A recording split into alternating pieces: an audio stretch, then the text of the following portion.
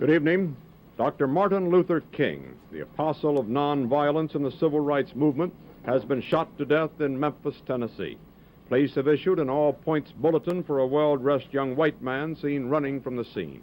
Officers also reportedly chased and fired on a radio-equipped car containing two white men. Dr. King was standing on the balcony of a second-floor hotel room tonight when, according to a companion, a shot was fired from across the street. In the friend's words, the bullet exploded in his face. Police, who have been keeping a close watch over the Nobel Peace Prize winner because of Memphis' turbulent racial situation, were on the scene almost immediately. They rushed the 39-year-old Negro leader to a hospital where he died of a bullet wound in the neck. Police said they found a high-powered hunting rifle about a block from the hotel, but it was not immediately identified as the murder weapon. Mayor Henry Loeb has reinstated the dusk-to-dawn curfew he imposed on the city last week when a march led by Dr. King erupted in violence. Governor Buford Ellington has called out 4,000 National Guardsmen. And police report that the murder has touched off sporadic acts of violence in a Negro section of the city. In a nationwide television address, President Johnson expressed the nation's shock.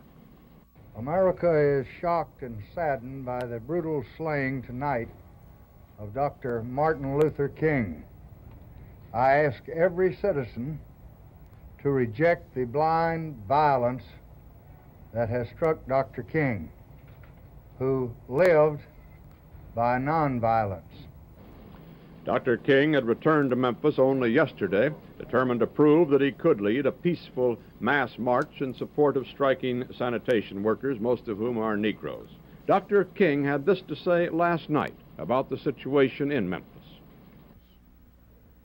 Maybe I could understand the denial of certain basic First Amendment privileges because they haven't committed themselves to that over there. But somewhere I read of the freedom of assembly.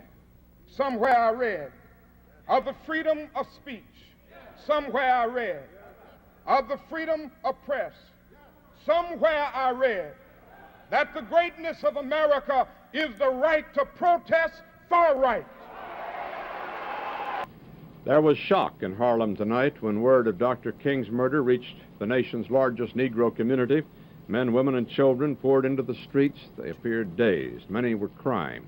A young Negro said Dr. King didn't really have to go back to Memphis. Maybe he wanted to prove something. Woof. Was in the car, as you said.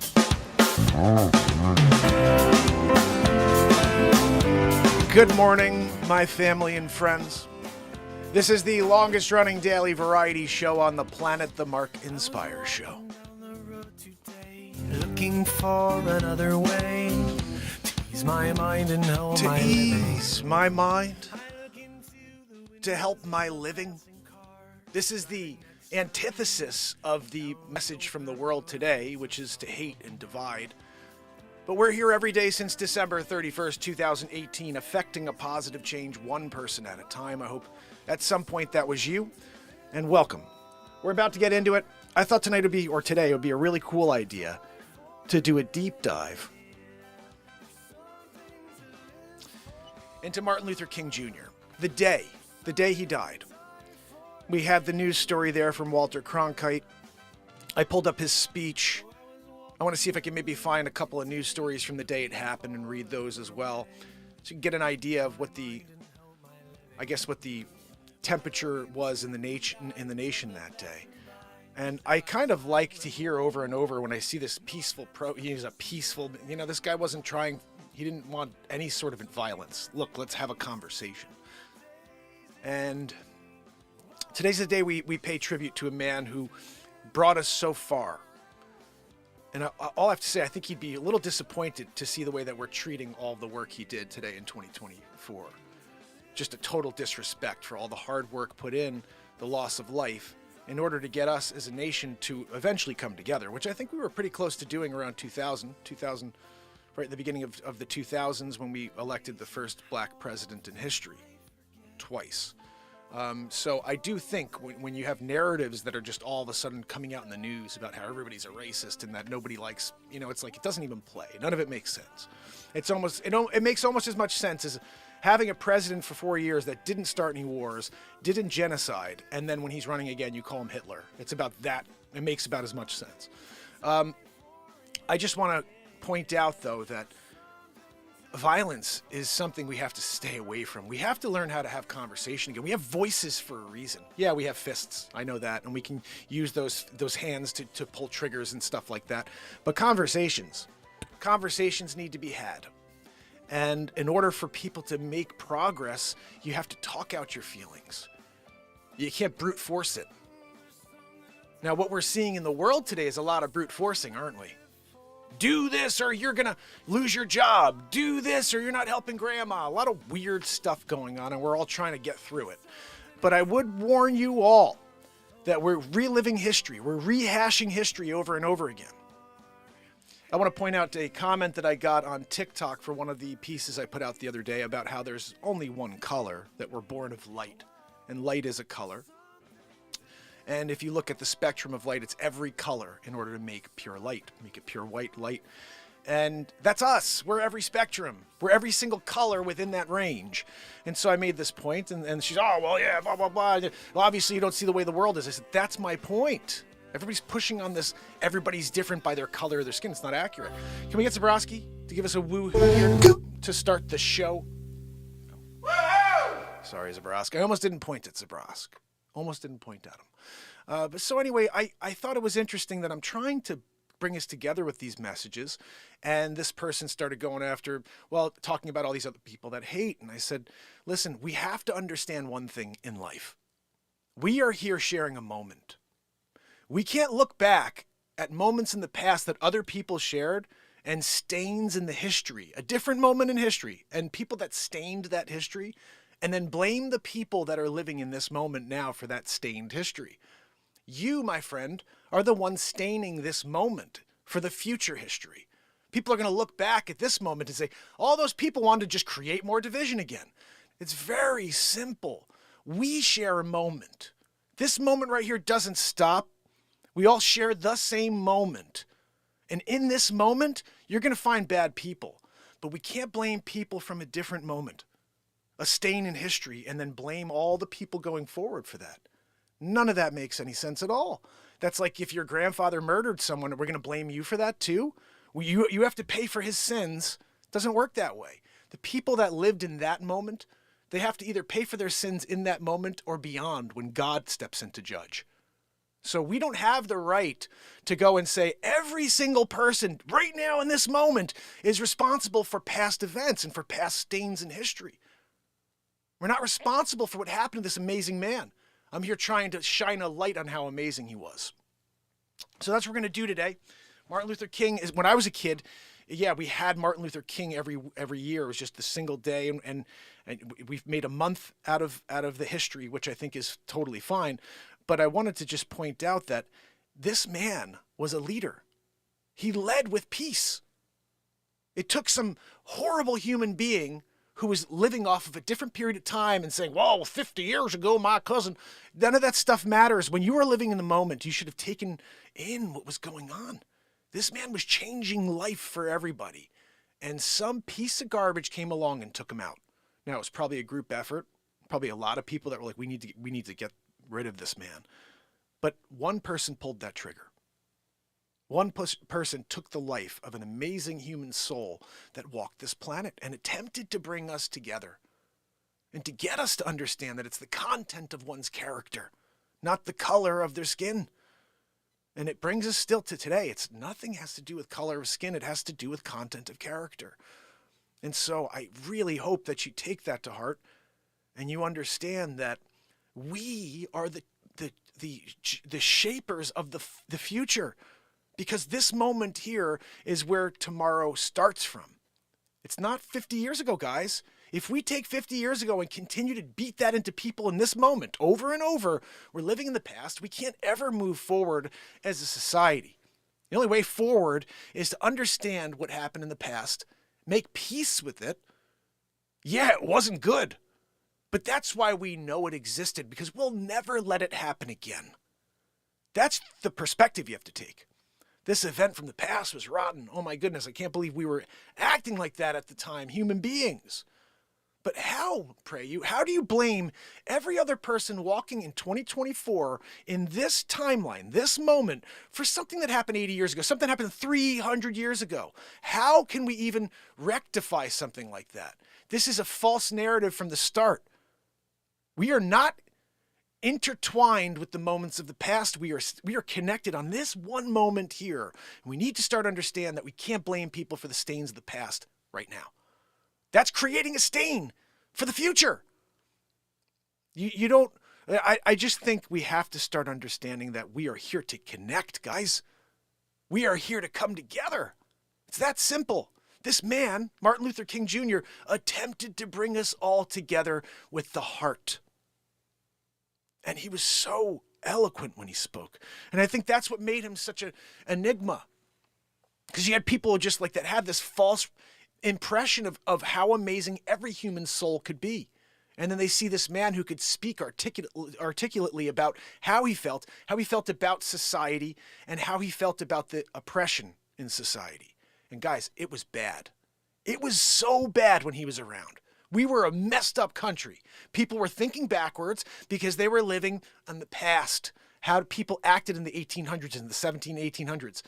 You know, they didn't understand the psychological ramifications of living in the past and blaming people for past stains. You can't do that.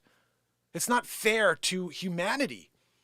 If we want a way forward, we need to live in this moment and treat people and act on what's happening in this moment. If you see somebody out there that's hating in this moment, that person should be stopped. If you see somebody, no matter what skin color they are, in this very moment trying to bring us all together, what are you talking about anything else then? You should be saying, wow, okay, wait a second. Yeah, let's step back for a second. And let's realize that together we are so strong. So I believe that's why they stopped Martin Luther King Jr. is because together we are so strong. And they needed to stop him. They did not want this to happen, where we're in the year 2000, we're voting in Barack Obama. Those back at the time, they did not want that to happen. I couldn't wait. I remember I was like a 20-something-year-old guy, and I could not wait to have a first black president. I was so excited that we as a nation had graduated from our insanity, and we were willing to bring in the best choice, regardless of skin color. That's how I felt about it at the time. Of course, after 4 years, I was like, we can't have another term. He's terrible. But I'd love to have a beer with the guy. So cool. And they say that's kind of one of the bars you have to get over. Who would you like to have a drink with and like hang out and have a chat with? That's kind of who most people vote for president. So I thought Obama was super smooth, and I voted for him first time around. But again, when I look at the time, I was very idealistic, and I was thinking to myself, okay, well, we have to make some society change here. And I didn't see, I saw quite the opposite. I saw like division started hardcore with that man. And all of a sudden, a lot of the things that we have today that we're fighting against began with him, instead of him dropping all those barriers and saying, look, guys, we did it. We did it. This is proof that this country is for anybody and everybody. So I still believe that's true. This country is every bit as connected as it was the day Barack Obama was voted into office. And again, you're always going to find bad people in the mix that are living off of past stains. But you don't want to be the one that's creating current stains. That's all I can say. You don't want to be the one that is destroying this moment with the same thing 60 years later. It's not like it's a different thing. It's just people look different, and it's the same hatred. So it all has to stop. It all has to stop. Let's start with conversations that are connecting. And I always talk about how, in general, there's only like 5 topics that we divide over.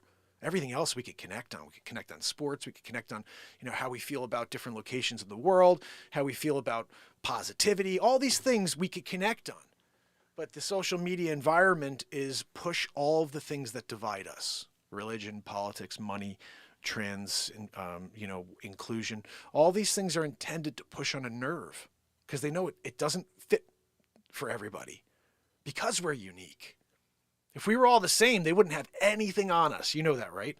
If we were all the same, they could try all they want, but we'd all be the same. It's not like you're going to get any sort of controversy because we'd follow their rules, which would be like the perfect world for them. You know, it's a time in history where we have to understand that it's the society perspective is being warped to look exactly the same as it did in the late 60s. And it's just, they're changing the person that they're blaming for things and the person that they hate. But I think we have to understand that, guys, this is a beautiful life we get. We have this time, this moment here that we could do something positive with, or we can deconstruct it. We have to continue to add to it. I heard a beautiful thing the other day. It's like, this moment never ends for you. Like, this is the only moment you've ever known. You've never known anything else. So since the day you were born to this very second, when you're closing your eyes at night, you were right there in this second. So why aren't we making this second as good as it possibly can for everybody? As we move forward, second by second, amplifying people as we go, lifting them up as we walk into a store. Well, giving someone, you know, an opportunity to jump in, you got 10 cars behind you, and you could be the jerk who goes, and then now they're trying to get out for another 3 minutes, or they smile at you. This moment is palpable. There is so much possibility right here. And that's why I want us to understand that the past is something we need to make peace with and reflect on, pay tribute to, and then make this moment that we're in better than that. We want to make this moment better than any past events that we feel terrible about. We don't want to somehow relive those events. Therefore, you never erase those events. You never cancel those events from being known. We need to understand our missteps so we never make the same mistakes going forward. But forward is here. It's not, you know, oh, in 3 months we're going to... No, a change happens right here, right now. You can't plan for change. Oh, in 3 months we're going to... a lot of stuff they do in the world, they plan out ahead of time. But if you want real change, if you want to go make an impact, it's right here in the second that we all share. We get kind of lackadaisical in this moment, waiting for different things to come in. You know, oh, I got a concert ticket in May, and you're waiting till May for a concert, or you're waiting for that job interview in 2 weeks, and all these things that we're waiting and destroying these moments by just like thinking about a future event, when the reality is, okay, that's there whenever it comes. Let me get back to this right here and see if I can make this better. I think that's a lot of where the anxiety, stress, and depression of this world comes from. People have a hard time making this very moment better. They're not focused on this second because they're always thinking about the past or the future. And this is why shows like this exist, is because we get here into the moment. Hopefully you can kind of breathe and then realize, yeah, there's all this other stuff going on in the exterior of my life right now, but I'm at least present. I'm at least present. So I appreciate you watching that Walter Cronkite bit. I'm going to read you a little bit of Martin Luther King's speech. I feel like it's something we need to do. This is a tribute show today. I want to say hi to Deb Denny, Helen Gale, good to see you. And let me see who else is in the house with us right now. I'll go to live chat. There we go. DM Ryan, Barella, and Deb Denny. S. Lee in the house. Remember MLK. Remember MLK. Melchizedek. What is that? Me? I gotta see what that is. Oh, I see. I think it's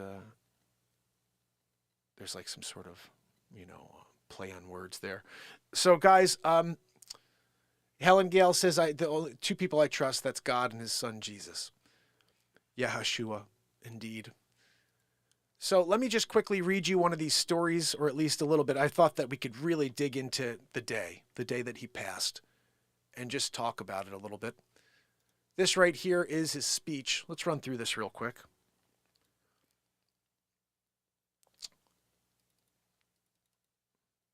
I saw someone interesting in this photo. I'm not sure who it is. I want to point out while we're looking at this page here, let me get myself on the screen with you. So I want to point out on this page, if you scroll, first of all, this is his entire speech. It's pretty long. I don't know if I'm going to read the whole thing, but I will read a few pieces of it. Civil rights leader Martin Luther King Jr. addresses the crowd at the Lincoln Memorial in Washington, D.C., where he gave his I Have a Dream speech on August 28, 1963. as a part of March on Washington. So, guys, this marks, they have the whole transcript here. Now, this was from originally 2000. Oh, they updated on 2023.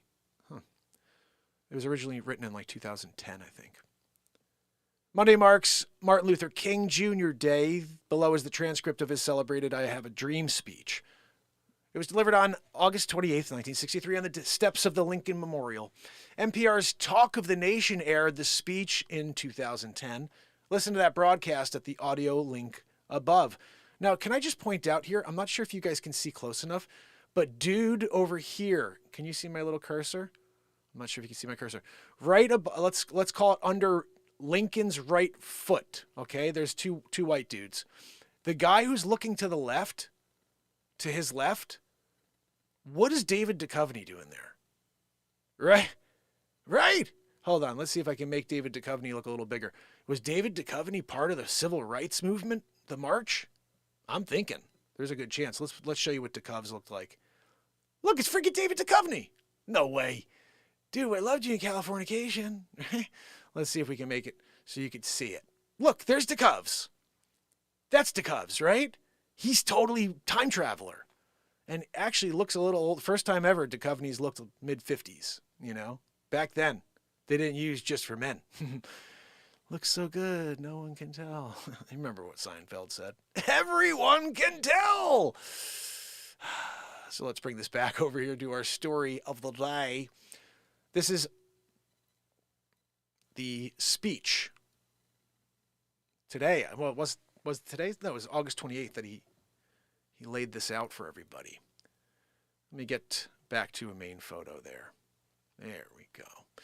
So Martin Luther King's speech on the steps, the Lincoln Memorial, August 28th, 1963. What do we got? Guys, I got a bunch of other really cool news stories I pulled up, by the way. Oh, and one more thing here. This is very weird. Actually, we should talk about this before. I'm going to play this. This is a 91-year-old one of his friends. This is kind of like really creepy, weird information, but let's just go through it real quick. Another news story here. So, Dr. Martin Luther King Jr. made a playful comment about being shot moments before his death, doctor reveals. So let's see if we can read that and see what that was all about. Oh, goodness. The stomach is growling when you're hungry this morning and you're here doing a show, you know. 50 years ago. Well, that's the other one. Joanne, where's the... Oh, thank you, Joanne. And Joanne, please do me a favor. Keep the wheeze down back there. Guys.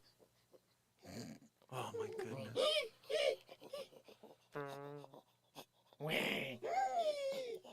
That was Joanne.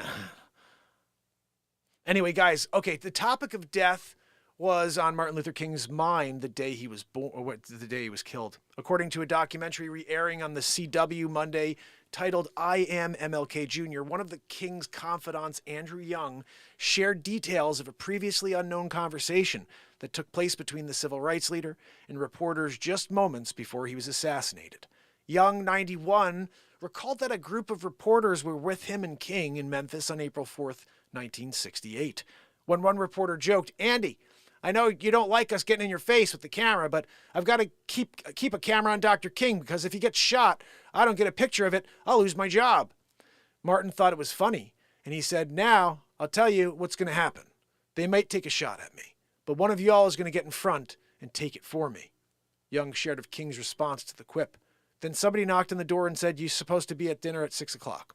You need to get dressed." And as soon as King was shot and killed, and soon after King was shot and killed while standing on a balcony at the Lorraine Motel. So crazy. Young, a former UN ambassador, also remarked on the civil rights leader's temperament on the day of his death.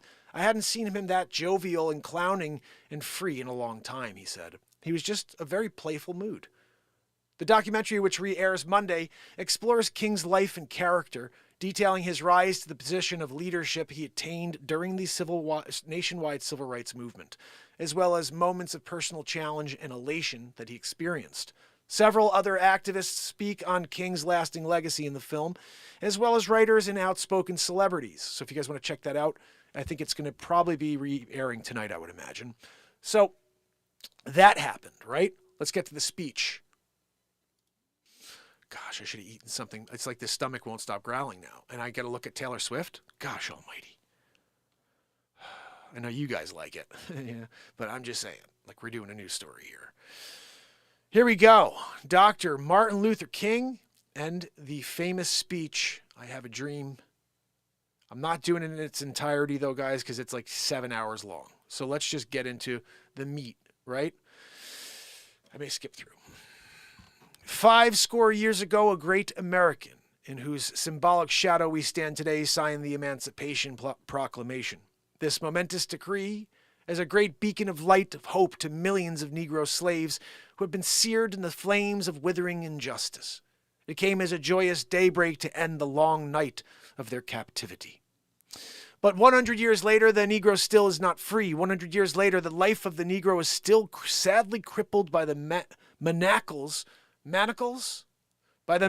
of segregation and the chains of discrimination.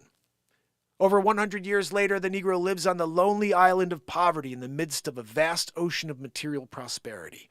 100 years later, the Negro is still languished in the corners of American society and finds himself in exile in his own land. And so we've come here today to dramatize a shameful condition, in a sense where we've come to our nation's capital to cash a check. When the architects of our republic wrote the magnificent words of the Constitution and the Declaration of Independence, they were signing a promissory note to which every American was to fall heir. This note was a promise that all men, yes, black men as well as white men, would be guaranteed the unalienable rights of life, liberty, and the pursuit of happiness. It is obvious today that America has defaulted on this promissory note insofar as her citizens of color are concerned. Instead of honoring this sacred obligation, America has given the Negro people a bad check, a check which has come back marked insufficient funds. But we refuse to believe that the bank of justice is bankrupt. We refuse to believe that there are insufficient funds in the great vaults of opportunity in this nation. And so we've come to cash this check. A check that will give us, upon demand, the riches of freedom and security of justice. We have also come to his hallowed spot to remind America of the fierce urgency of now. This is no time to engage in the luxury of cooling off or to take a tranquilizing drug of gradualism. Now is the time to make real promises of democracy. Now is the time to rise from the dark and desolate valley of segregation to the sunlit path of racial justice. Now is the time to lift our nation from the quicksands of racial injustice and the solid rock of brotherhood. Now is the time to make justice a reality for all of God's children. It would be fatal for the nation to overlook the urgency of the moment. The sweltering summer of the Negro's legitimate discontent will not pass until there is an invigorating autumn of freedom and equality. In 1963 is not an end, but a beginning. Those who hope that the Negro needed to blow off steam and will now be content will have a rude awakening if the nation returns to business as usual. There will be neither rest nor tranquility in America until the Negro is granted his citizenship right. The whirlwinds of revolt will continue to shake the foundations of our nation until the bright day of justice emerges. If you guys on TikTok want to see this a little bit better, head over to YouTube. This is Martin Luther King Jr. speech. I was tempted to just read you guys a little bit of this, but this is really powerful stuff. So I'm going to read probably all of it for you. I hope you're enjoying it. Here we go. But there is something I must say to my people who stand on the warm threshold which leads into the palace of justice. In the process of gaining our rightful place, we must not be guilty for wrongful deeds. Let us not seek to satisfy our thirst for freedom by drinking from the cup of bitterness and hatred. Whoa! Guys, that's why I told you. This is why I know Martin Luther King, if he was around today, he would be very upset with the bitterness and hatred that's in the world. Because he's telling you right here, let us not seek to satisfy our thirst for freedom by drinking from the cup of bitterness and hatred. We must forever conduct our struggle on the high plane of dignity and discipline. We must not allow our creative protest to degenerate into physical violence. Again and again, we must rise to the majestic heights of meeting physical force with soul power. Soul force. Sorry, wait a second. Again and again, we must rise to the majestic heights of meeting physical force with soul force. Do you hear what he's saying there? Open your heart. That's when the love needs to shine. You don't show up with physical force. You show up with light, soul force. Beautiful. Beautiful, MLK. Amazing. The marvelous new militancy which has engulfed the Negro community must not lead us to a distrust of all white people. Guys, are we listening to this? For many of our white brothers, as evidenced by their presence here today, have come to realize that their destiny is tied up with our destiny. Thank you. One color. We are all together on this, people. And if we get in this moment right here, right this very second, we are together. Don't let the stains of the past create stains of today. And they have come to realize that their freedom is inextricably bound to our freedom. We cannot walk alone. And as we walk, we must make the pledge that we shall always march ahead. We cannot turn back. Which is what we've been doing for the last 5 years. There are those who are asking the devotees of civil rights, when will you be satisfied? We can never be satisfied as long as the Negro is the victim of the unspeakable horrors of police brutality. We can never be satisfied as long as our bodies, heavy with the fatigue of travel, cannot gain lodging in the motels of the highways and the hotels of the cities. That's done, which is great. We cannot be satisfied as long as the Negro's basic mobility is from a smaller ghetto to a larger one.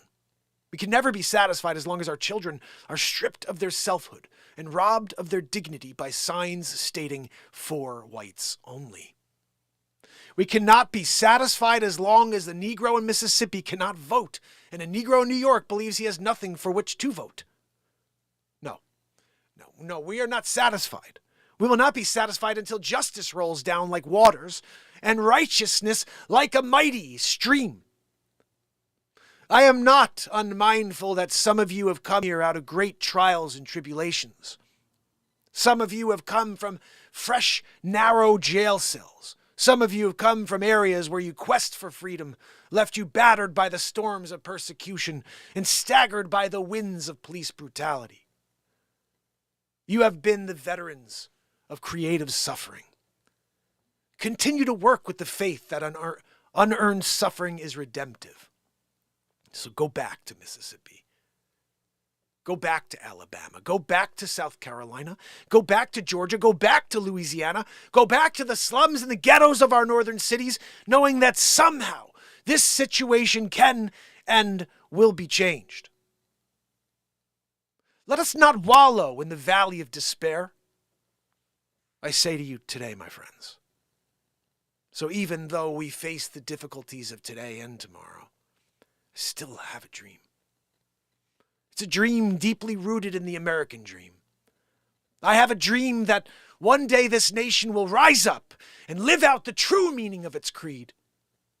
We hold these truths to be self-evident, that all men are created equal. I have a dream that one day on the red hills of Georgia, the sons of former slaves and sons of former slave owners will be able to sit down together at the table of brotherhood. I have a dream that one day even the state of Mississippi, a state sweltering with the heat of injustice, sweltering with the heat of oppression, will be transformed into an oasis of freedom and justice. I have a dream that my 4 little children will one day live in a nation where we will not be judged by the color of their skin, but by the content of their character. I have a dream today. I have a dream that one day down in Alabama, with its vicious racists, with its governor having his lips dripping with the words of interposition and nullification, one day right down in Alabama, little black boys and black girls will be able to join hands with little white boys and white girls as sisters and brothers. I have a dream today. I have a dream that one day every valley shall be exalted, every hill and mountain shall be made low, and rough places will be made plain, and the crooked places will be made straight. The glory of God shall be revealed, and all flesh shall see it together. Sounds a lot like what I was saying, but more eloquent. This is our hope. This is our hope. This is the faith that I go back to the South with. With this faith, we will be able to hew out the mountain of despair, a stone of hope. With this faith, we will be able to transform the jangling discords of our nation into a beautiful symphony of brotherhood. With this faith, we will be able to work together, to pray together, to struggle together, to go to jail together, to stand up for freedom together, knowing that we will be free one day.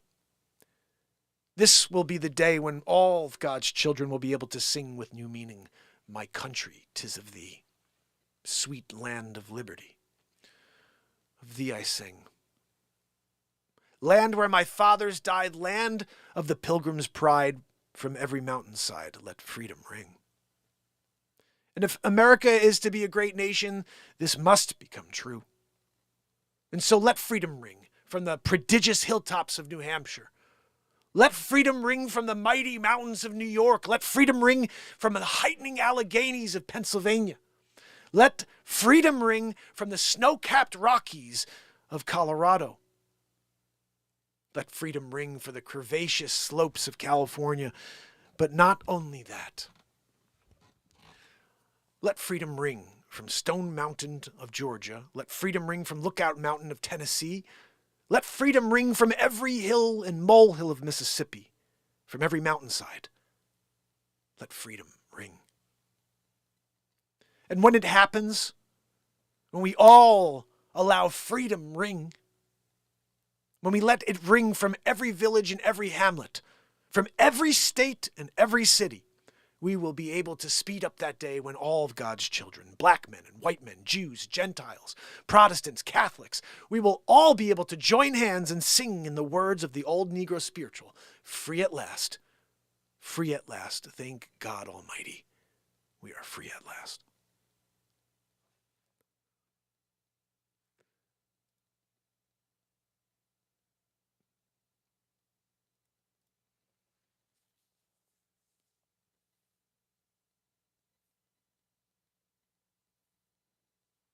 What a beautiful speech.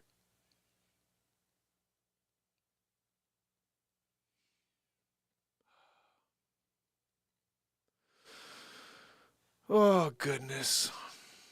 Hope you guys enjoyed that. I never read the full speech before for you guys. I think last year I read just the I Have a Dream part.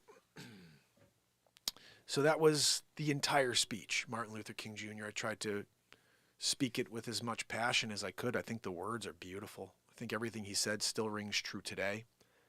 We have to understand when we're trying to fight for our freedom, when we're trying to fight for equality, you have to learn not to also breed hatred and division. And this is a powerful message within his message. So that you have to, okay, look, this is going on. You can't just hate all people, all white people or whatever, just because of some group. Again, he didn't mention it, but blaming people for the stains that they left in history when you're in a different moment with everybody else, like we're not in that moment.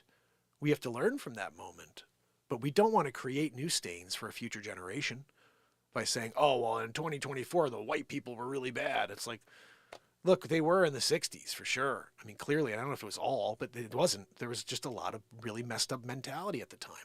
And it's all learned. None of this stuff is real. That's my point. That's why I was making this content originally. I've seen many great videos where you see this 3-4-year-old kid and the mom's just to make a point. She's like asking questions about color. They don't even see it. Kids don't see that. The mom said, what's the difference? She said, what color are you? She goes, peach. And that's funny. That's true. I always thought the same thing. I was like, I'm peach.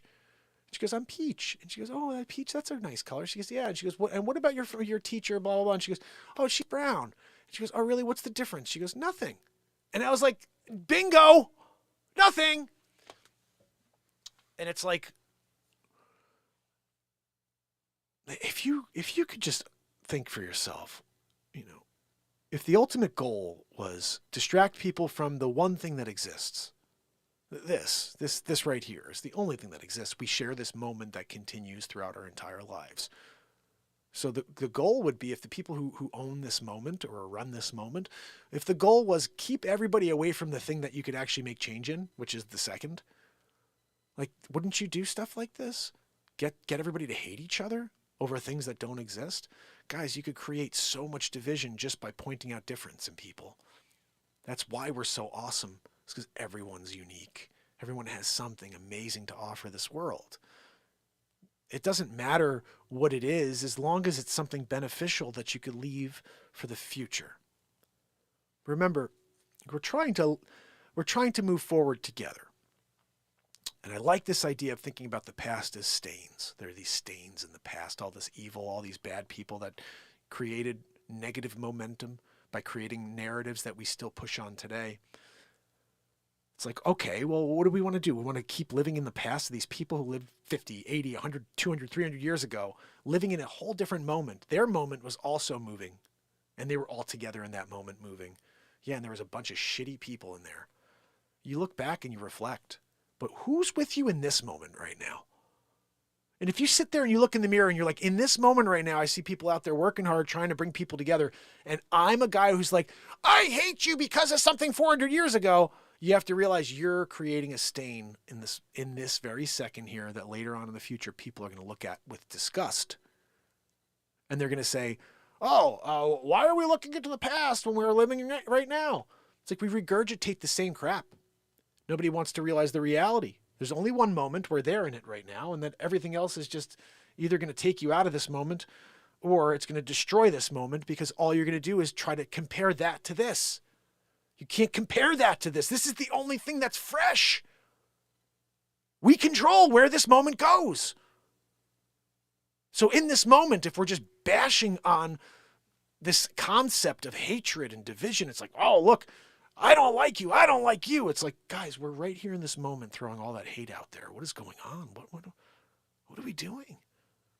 Center yourself and say, okay, what's the path forward here? Make everybody my brother and sister. I don't give a crap what happened yesterday. I can't change it. You can't change it. We can grapple with this moment right here and make it the best possible moment. You're telling me that if the entire planet in this very second right now just decided to say, you know what, the past happened, we can't change it, we learn from it, and right now, guys, if we all just live at this level and we start looking at everybody as my brother and sister, I don't care what happens, just in this moment, I'm just asking you, play along for a second. We are, from this moment forward, going to just look at every single soul as one color. We are a soul. We are pure light. We come from that pure light, that source of energy. And before, we are distributed around the planet to different locations, which then divides us because we're brought into ideology and different indoctrination from our parents. Prior to that, we come from the source energy together. And then God's first kind of gag is, let me put them on this planet so they can figure out how to come back together. So they can figure out how to rise above all their different ideologies from the locations I put them, and then realize that they came from me. And that me is right here in this very second. Let's see if they could find me. That's the way I see it. God is here. Why would he be anywhere else? This is the only moment that exists. Why would God be in the past? Why would God be in the future if this very second that we are sharing right now is the only thing that exists and we share it our entire lives? And beyond us, this moment continues on beyond us because this moment is the creation. It is the end. It's everything. It's all at once. We can't see that. Frequency, it keeps us on this one path. But the day Abraham Lincoln signed the Emancipation Proclamation, the day Jesus was killed, murdered, it's right here. This is it. This is the moment that it happened. There's a powerful way to think about life, guys. Every single thing that's ever happened in the history of time experienced this right here that we're in, this moment. And it just kept going on beyond them. And now we're here. Now we're here in this moment. It's our time to do something with this moment. Are we going to make the same mistakes as the trillions of people that have been here before us? can't think it's billions, but I don't know. I'm not sure how long humans have really been here. That's why we're doing Chasing History, to see if we can get some more information on the past. But guys, with this moment here is where God is. And so I ask you all the time, join the one show on planet Earth that recognizes that by living here in the moment on a daily basis. That's why I don't want a script. I don't want to plan things out. I don't know where things are going to go. I want to be fresh and here with the Creator. This is all we got. So thank you for listening to that. I'm not sure if anybody understands when I say what I say, if it makes sense at all, but to me, it makes perfect sense. It makes perfect sense. I was thinking about it last night. I was just closing my eyes, go to sleep. I was like, I'm saying a prayer and I'm thinking to myself, geez, this moment right here has been with me since I was born. Like I'm there. I'm there. I'm in this moment. It's like, this is all there is. There is nothing else. I hope my moment continues on for a lot longer, because I've definitely not been present for a lot of it. Thinking about the past, thinking about what I want to get done so I could try to make a living, so I could try to sell real estate. Like even now, like it's Martin Luther King Jr. Day. It's a day off. In my mind, I'm like, I got to find new clients. I got to find new real estate clients for buy, for sell. And like, I'm living not in the moment, because I'm thinking about all the other responsibilities in the world that stress me out, stress you out too. So that stress takes us away from being present with God. The responsibilities that society puts on our laps keep us away from God. But I'll tell you what was interesting is when Martin Luther King stood up and he said those words, that was a heck of a lot of people there with him in the moment with the Creator. A heck of a lot. And that's a beautiful thing.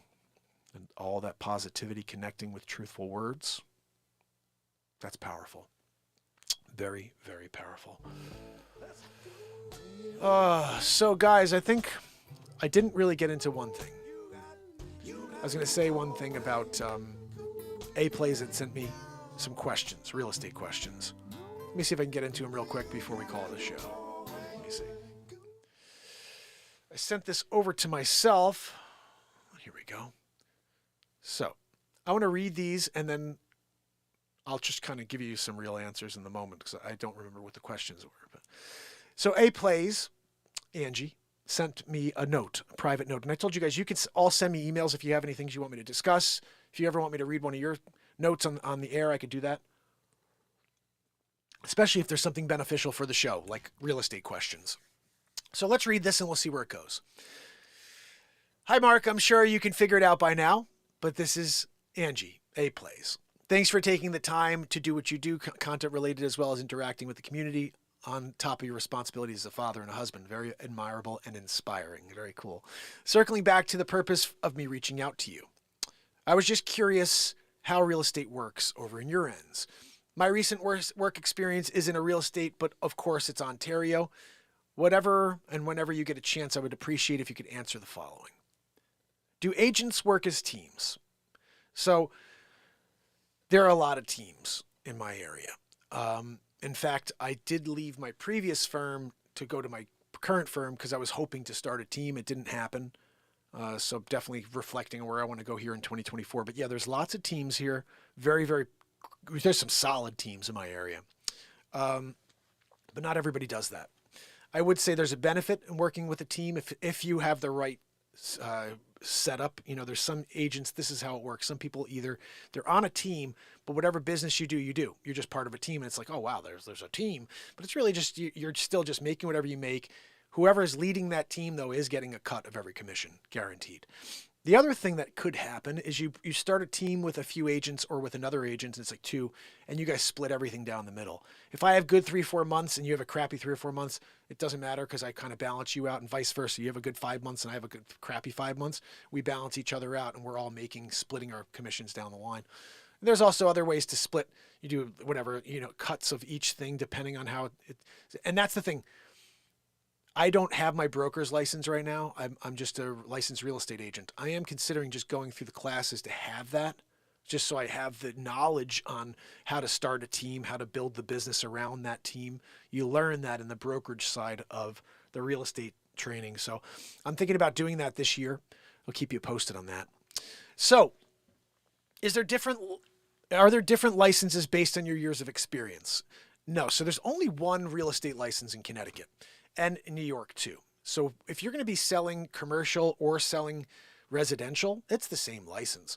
The thing is, are you paying more for your errors and omissions insurance? Like if you're doing commercial work, you're paying more for errors and omissions. And if you're just doing residential, you only pay for that. So that's the difference. And a few times in my career, I've done commercial, so I have to then pay the additional for the E&O. But in general, it's been pretty straightforward residential for me, and it's one license. So you get the license with the state Department of, Consumer Affairs, and after you take your 60 hours of classes, which I did, I think, in about 3 weeks. I went in like 3 times a week, and I was knocking 3-hour classes out. I wanted to make sure I got this thing done when I was about 28. So where's the next question here from A Plays? Okay.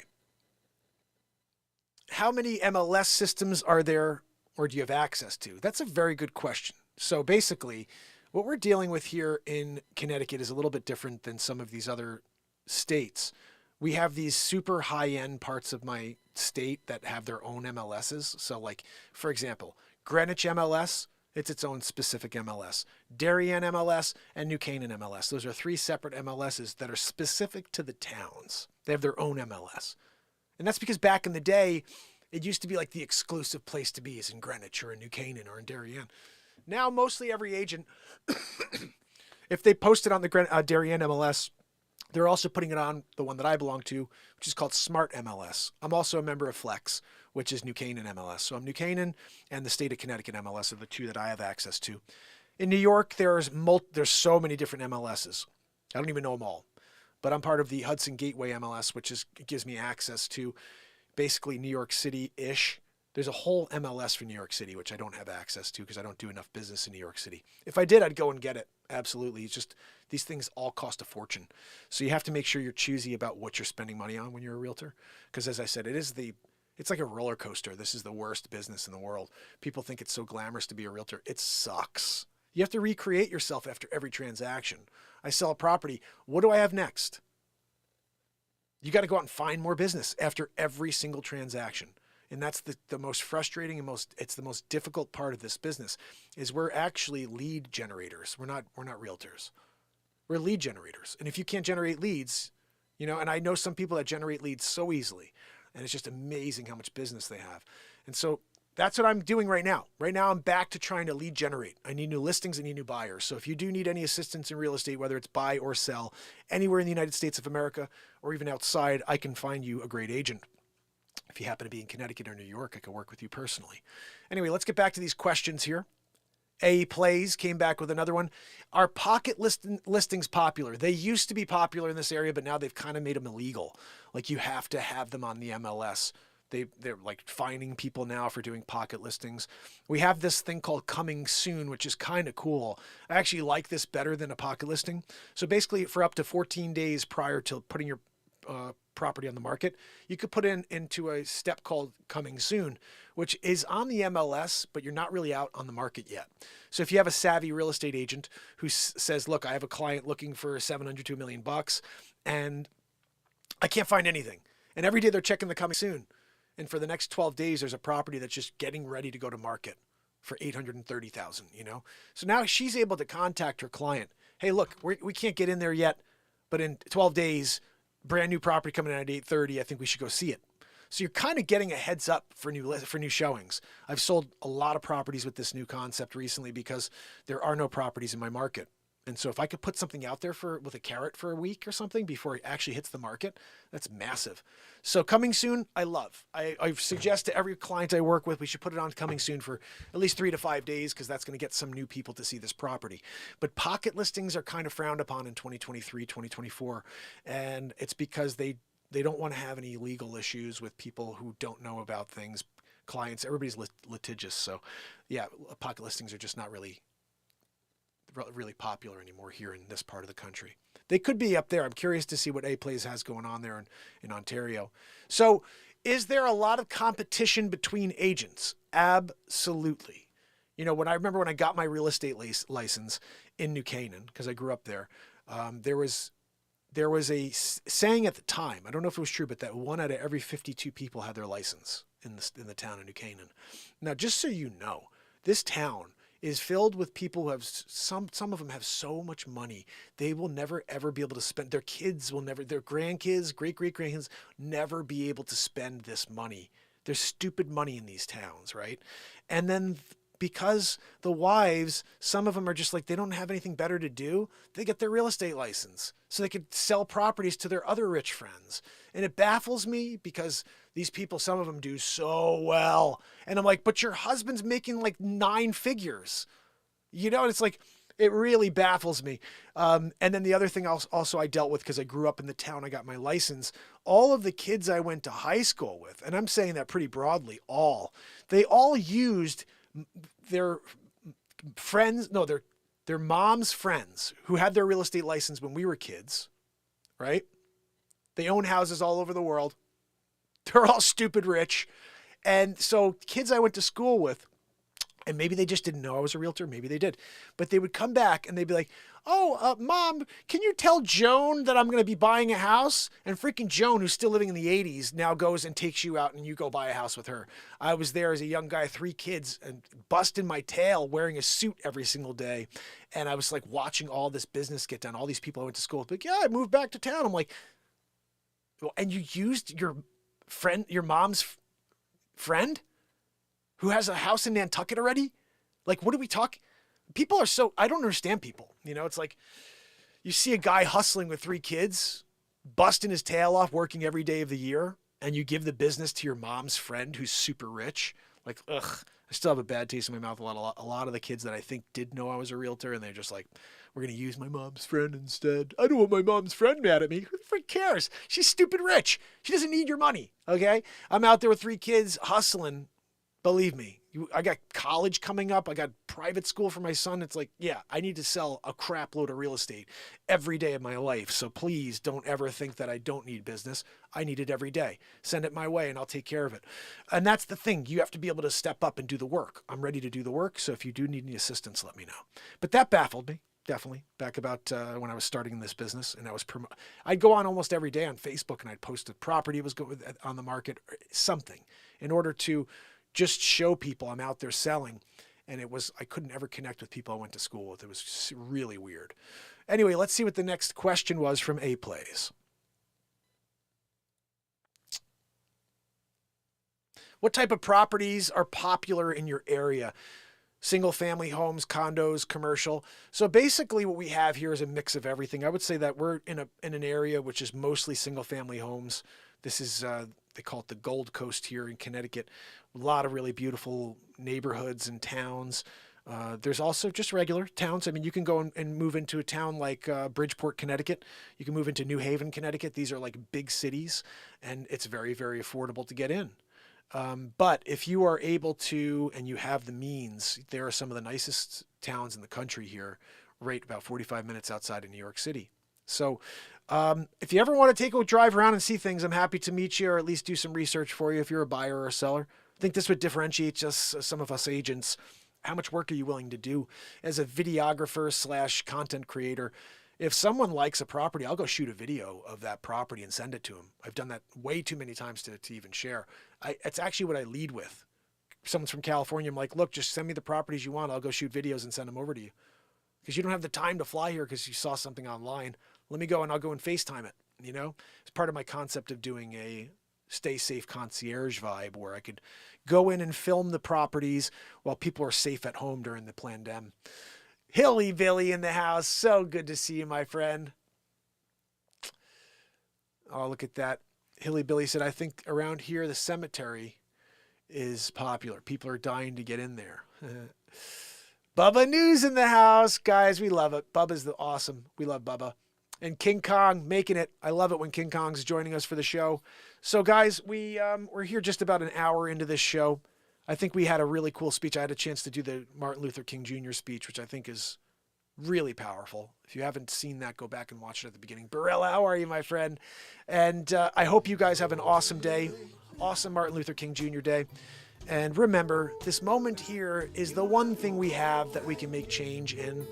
It's where the Creator is. Everything that's ever existed is right here in this very second. And allowing yourself to be distracted from this moment is the goal of the evil of this world. The evil of this world knows if they can keep you away from the very second that exists and keep you distracted with all the other crap, they kind of win in a weird way. Like they're stealing your life force. It's like this weird thing. And it's very supernatural in a way. So make sure... Bubba, you're funny. So make sure you guys remember that you can't judge people today for stains of the past. And doing that and creating hatred and division today because of events from the past is creating current stains for a future to look back at. And you don't want to be that guy.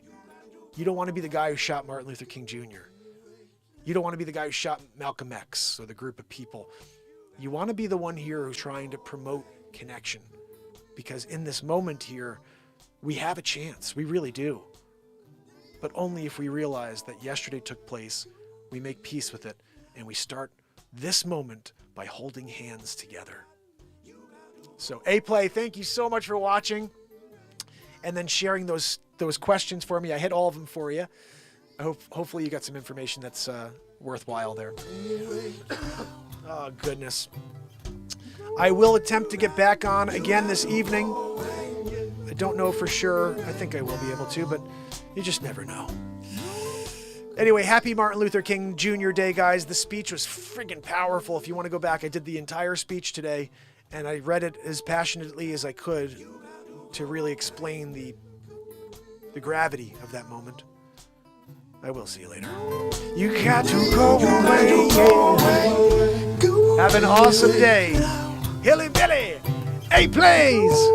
Hold on. Now I didn't get to say bye to everybody. Hold on. Joanne, we have to do a secondary outro. You can't do an outro without saying goodbye to everybody. It's just wrong. You know. So let's get into it. Here we go. Who's with me? I got A-Plays. I got Barella. I got Bubba News. Deb Denny's here with me. I love it. Helen Gale Townsend. Hilly Billy. And someone just dropped off the screen. I missed it before I could say it. If you're here, say something. If not, I get it. Got to get into the day. Over here on TikTok. Teresa, how are you? I hope you'll join us on YouTube. The link is in the bio. Make sure you don't miss later show. Every day we do this. It's been a pretty long time of this. Every day. 1,841 days in a row. So, hopefully, I will see tomorrow or not tomorrow. I always do that because I'm used to doing a night show for 5 years. Now we do a morning show. Lift each other up into the light, fam and friends. Bubba News, my brother Bubba, you rock. Thank you so much. A-Plays, not a bugaboo cough. No, definitely not. Hopefully. I'll see you guys later. Have a great day. It seems like everyone's got the bugaboo, got the Bovie right now, right? Tim Pierce, my brother. Have a great day, fam. I'll see you later.